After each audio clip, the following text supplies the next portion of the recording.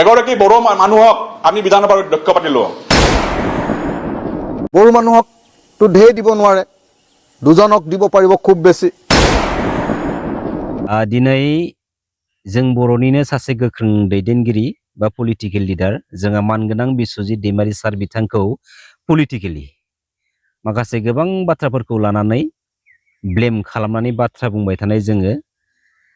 State लेभेलनि माखासे news चेनेलनि गेजेरजों नुगासिनो दङ आरो आसाम स्टेट लेभेलनि माखासे निउस चेनेलफोरा ओरैनिफ्राय ओरै माखासे बाथ्राफोरखौ लानानै बुखि बुखि बाथ्रा बुङै बुङै दामगासिनो दङ आरो बेराफारसेथिं बे बाथ्राखौ लानानै जोंहा मानगोनां उखिल गगৈ बिथाङाबो माखासे बाथ्रा फोरमायदों। এগৰাকী বড়ো মানুহক আমি বিধানসভাৰ অধ্যক্ষ পাতিলো। আমি গৌৰৱান্বিত, তেওঁ কৈছিল তেওঁ বোলে হোটেলত কাপোৰ বাচন ধুইছিল তেওঁ এটা সময়ত। মোৰ চকুৰ পানী ওলাই গৈছিল সিদিনাখন যে সেই জাগাৰ পৰা আজি বিশ্বজিৎ দৈমাৰী ক'ত ৰাজ্যসভাত তেওঁ ফালি দিছিল এবাৰ। বিশ্বজিৎ দৈমাৰীয়ে এতিয়া তেওঁ মন্ত্ৰিত্ব বিচাৰিছে। CMৰ বিশ্বজিৎ দৈমাৰীক মন্ত্ৰী দিবলৈ মন নাই। মন্ত্ৰী দিবলৈ মন নাই কাৰণে ৰঞ্জিত দাসৰ জৰিয়তে খুব সুপৰিকল্পিতভাৱে এতিয়া তেওঁৰ কেলেংকাৰীবিলাক উলিয়াই দিছে। সদায় এনেকুৱা পাৱাৰ চেঞ্জ হোৱাৰ সময়ত সদায় এনেকুৱা ধৰণৰ ঘটনাবিলাক ঘটে। কিন্তু যদি বিশ্বজিৎ দৈমাৰীয়ে মনে মনে বহি থাকিলেহেঁতেন মোক একো নালাগে বুলি, তেতিয়াহ'লে তেওঁৰ এইবিলাক বদনাম এতিয়াও নোলালেহেঁতেন, আপোনালোকৰ মেডিয়াই প্ৰচাৰ নকৰিলেহেঁতেন। এতিয়াও বিশ্বজিৎ দৈমাৰীৰ বিৰুদ্ধে এইবিলাক কাহিনী নোলালেহেঁতেন, নিযুক্তি কেলেংকাৰী নোলালেহেঁতেন, অন্য ধৰণৰ কেলেংকাৰী নোলালেহেঁতেন। ওলালে এইকাৰণে যে বিশ্বজিৎ দৈমাৰীয়ে এতিয়া মুখ্যমন্ত্ৰীৰ পৰা মন্ত্ৰিত্বৰ পদ বিচাৰিছে আৰু মন্ত্ৰিত্বৰ পদ বিচাৰোঁতে মুখ্যমন্ত্ৰীৰ দিবলৈ মন নাই। বড়ো মানুহক তো ঢেৰ দিব নোৱাৰে, দুজনক দিব পাৰিব খুব বেছি। এজনক ইতিমধ্যে দিলেই আৰু এজনক দিব পাৰিব। BPFৰ পৰাই দুজন বিচাৰি আছে। গতিকে এনেকুৱা পৰিস্থিতিত মুখ্যমন্ত্ৰীয়ে এতিয়া ইচ্ছাকৃতভাৱে আপোনাৰ স্পিকাৰৰ জৰিয়তে এই বস্তুবিলাক এতিয়া বজাৰত এৰি দি আছে। दिनै जोंनि बे साधारन BTC बायदि काउन्सिलाव जोंनि बर' हारिनिफ्रायनो मोनथाम पलिटिकेल पार्टी दङ, BPF, UPPL आरो APP। दिनै जाय लिडार्सफोरा जाय रायजो राजानि हेफाजाब लानानै मोनफा मोनफा बेसेन गोसा भटनि अनसुंथाइ लानानै लिडार्स महर मोनदों, बै लिडार्सफोरनिफ्राय ओरैबायदि माखासे लिडार्सफोर दङ जायफोरनिखि आन्दोआव माखासे पलिटिकेल फालांगि जायो दै। बै माखासे पलिटिकेल फालांगिनि मुलाम्फाखौ बै रायजो राजानि बेसेनजों बिसोरो फालांगि रुजुनानै गावसिनि बेसेनखौ आन्दोआव लाखुमायो। बैबायदि लिडार्सआ जायखिजाया पलिटिकेल पार्टिनि जायाथोङानो मानो बियो गावनि पलिटिकेल पावारखौ मोननो थाखाय रायजो राजानि गेजेराव हाबनानै जुदि लेक्सार मारिफिननो जुदि थांदोंब्ला बे लिडारखौ रायजो राजाफ्रा माबायदि साजा होनांगौ बेनि साजाखौ सेलेक्ट खालामनानै लाखाबानो जाबाय। दिनैयो बर' रायजो राजा एफा बिदा फंबायमोना मोनसे आन्दायनाय थासारियाव दङ। सोर सासे लिडार्सनि बाथ्राखौ जों फोथायनांगौ, सोर सासेखौ दिनै फोथायनो मोनसे कनफिउज थासारियाव दङ। बेनिनि गेजेराव माहारिबादनि बाथ्रा बुंनानै बुहुमनि बर'फोर खौसे जा, जै बर' हारिनि, जै बर' बिमानि, बर' राव गेवलांथों, आरो बर' माहारिनि साफ्रोम बर' फिसाफोरखौ गेदेर गेदेर जांख्रिथायारि बाथ्रा बुंनानै फोजाखांबोनाय माखासे बर'नि ओरैबायदि लिडार्स दैदेनगिरिफोर दङ जाय माखासे लिडार्स दैदेनगिरिफ्रा जास्ट फर गावनि मोननांगौ मोनथायनि सुबिदाखौ लानो थाखायल' माहारिबादनि बाथ्रा बुङो। दिनै जाय लिडार्सफोरा जोंनि माहारिनि बाथ्राखौ लानानै एसेबांथ' जुदि सेन्टिमेन्टेल दंथारोमोनब्ला गावबागावनि बै माखासे फिसा फिसा बाहागो मोननाय लोगो लोगोनो कम्बुगर्न बायदि सिरि सिरि उन्दुसोनानै थानाय, उन्दुस्रिनानै थानाय बै माखासे सावगारि नुथायफोरखौ जों बर' रायजो राजा एफा बिदा फंबायमोना नुथावनामोन। फैबाय थानाय समाव आं बेखौनो बुंगोन, बर' हारिनि आद्रा जानानै थानाय जा सिमां, जा थांखि, लोगोसे बर' माहारिनि बिफा मानाव गेदेर सिबिनां बड'फा उपेन्द्रनाथ ब्रह्मनि जा जांख्रिथायारि गोथार सानस्रि सोदोमस्रिया दिनैसिमबो गोथां जानानै दङ आरो बे बुहुमाव जों बर' माहारिया जेब्ला समसिमहालागै थांनानै थागोन अब्ला समसिमहालागै बड'फानि गोथार सानस्रि सोदोमस्रिया गोथां जानानै थाबाय थागोन। दा दिनै जाय थांखि आद्रा जानानै थानाय जों बर' हारिनि सेपारेट स्टेट सोरजिनायनि, बे सेपारेट स्टेटखौ थांनाय 2000 बे सेपारेट स्टेट बड'लेण्ड सोरजिनाय, जेराव divide Assam 50-50, no Bodoland no rest, we want Bodoland, we want Bodoland, बे मोनसे गोथार गणतान्त्रिक लामानि गोथार स्ल'गानमोन दिनै जाय गोथार स्ल'गानजों गोथार गणतान्त्रिक लामानि सेपारेट स्टेट बड'लेण्ड मुभमेन्ट खालामनायमोन दुलाराय बर' फरायसा आफादनि लिडिंआव बेखौ थांनाय 2027 जानुवारि बिटिआर पिस एग्रिमेन्टनि हेडिं लाइनाव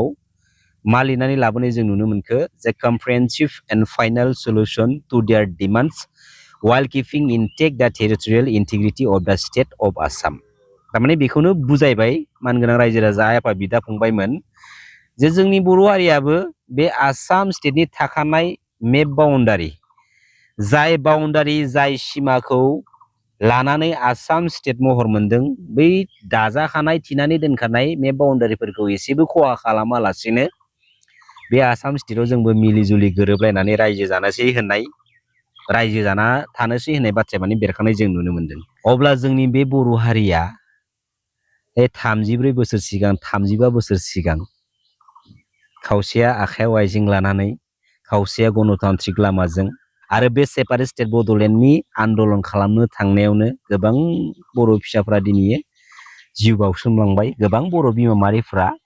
जिनाहारि खालामजानानै सिथार जाबाय 5,000नि बांसिन बर' फिसाफ्रा दिनै एन्टि बर' एन्टि ट्राइबेलजों पुलिसनि गुलिजों सिआरपिनि गुलिजों दिनै जिउ फोजोबना लानांबाय आरो बे बड'लेण्ड मुभमेन्टनि एगेन्स्टआवनो बयनिख्रुइबो देरसिन सहायनो हायै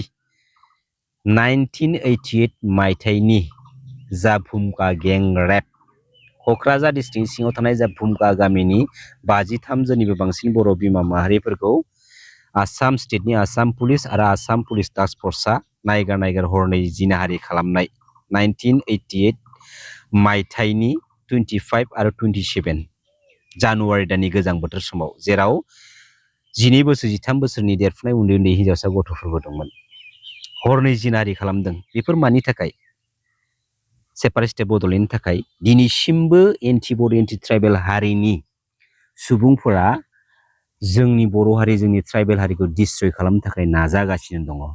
जाय एन्टि बर' एन्टि ट्राइबेल हारिनि गाज्रि प्लेन पलिसिनि माखासे फिसा बाहागो फिसा दाना मोननायावनो जोंनि बर'नि माखासे लिडार्स दैदेनगिरिफ्रा दिनै गावबागावनि माखासे दानानि बाहागोखौ लानानै थानाय जों नुनो मोनदों आरो बिनि मोनसे देरसिन एग्जाम्पल जाय एग्जाम्पला जों जुदि होनो थाङोब्ला लास्ट 2027 जानुवारि बिटिआर पिस एग्रिमेन्ट बे बिटिआर पिस एग्रिमेन्टनि गेजेरजों बर'नि सानैसो लिडार्सफोरनि माखासे आखुथायफोरखौ जोङो स्रा नुनो मोनदों बिटिआर पिस एग्रिमेन्टआव सिगनेचार खालामखांनायनि उनावहायबो एनडिबिनि गायसनगिरि मानगोनां रन्जन दैमारि सारा जोबथेसालियाव थाफिननांनाय आरो गोबां एनडिबिफोरा जोबथेसालियाव थाफिननांनाय आरो मानगोनां एनडिबि ब्रादार्समोननि मुङाव नांनानै थानाय दायफोरखौ 9.4 क्लज बिटिआर एग्रिमेन्टनि